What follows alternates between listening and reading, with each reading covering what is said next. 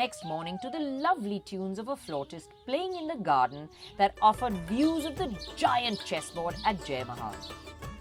However, my strategy for the day was to trundle off in the Q8 to explore Jaipur, and it soon became evident why this is called the Pink City.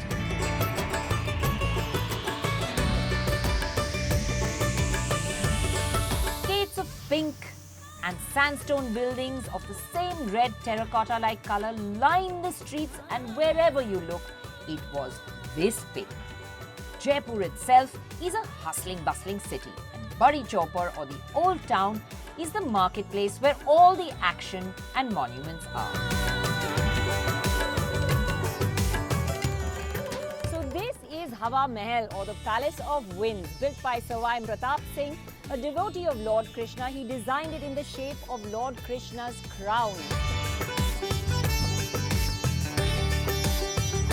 While Hawa Mahal's star attraction certainly is its iconic facade, the one with this incredible 953 windows, it is in no way less impressive on the inside.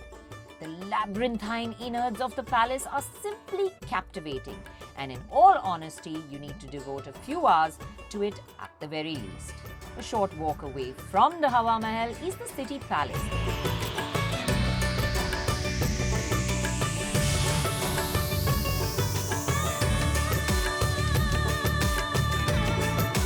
Which houses a textile museum and one that displays ornaments from centuries ago, giving you a glimpse into the grandeur that Rajasthani culture is built on. Around the same complex is Jantar Mantar, which means instruments of calculation, and it houses one of 4 surviving equinoctial sundials in the country. And it's home to many other bewildering devices that calculate time, phases of the moon, and much more. This 18th century observatory is aptly qualified as a UNESCO World Heritage Site and is an astronomer's delight.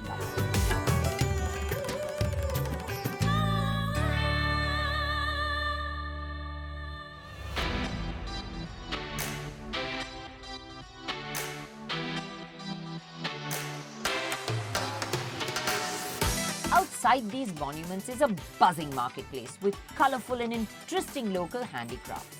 So there is lots to entice you in this marketplace and empty your pockets. Needless to say, Jaipur is a culinary delight. But it is also a cultural extravaganza. What more could one ask for, you say? Well, that's just it about Rajasthan. Every time you think an experience cannot be topped, it exceeds itself.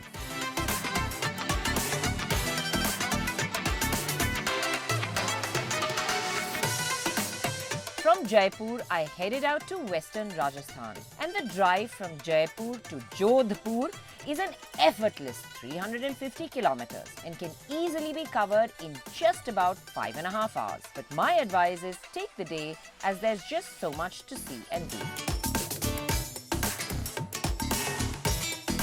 So Sambar Lake is a destination to visit because it's India's largest inland saltwater lake, and the area around it is kind of a very large salt flat.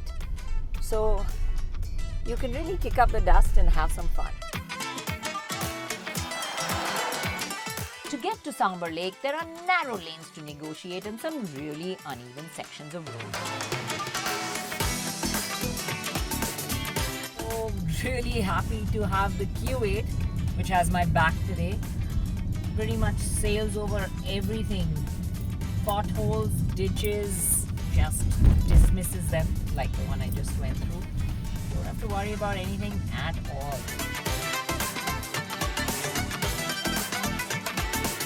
But as you get to the area around the lake, it smoothens out.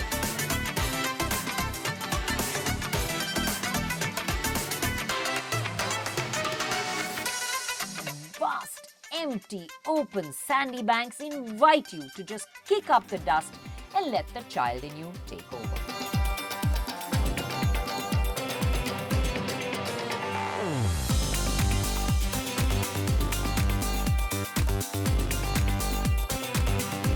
If you are a driving enthusiast like me, this is the place to come.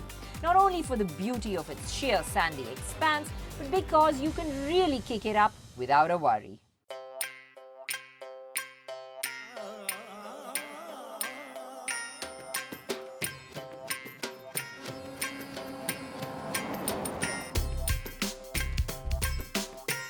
The rest of the journey passed by in a flash on the smooth, silky highway that looked like it was just freshly laid out for me.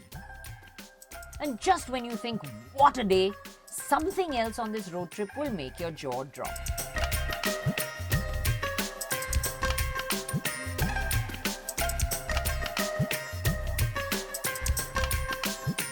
Arriving at the gate of Umaid Bhavan in Jodhpur, I will put money on the fact that you will be left with your jaw touching the floor.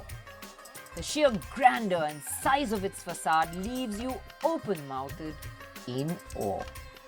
I was welcomed like royalty with rose petals lining my way, and what I experienced that evening can only be described as a royal repast.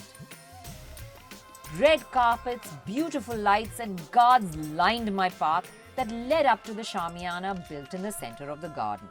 The lights and the decor on the table against the backdrop of the palace lit up made for a movie-like experience.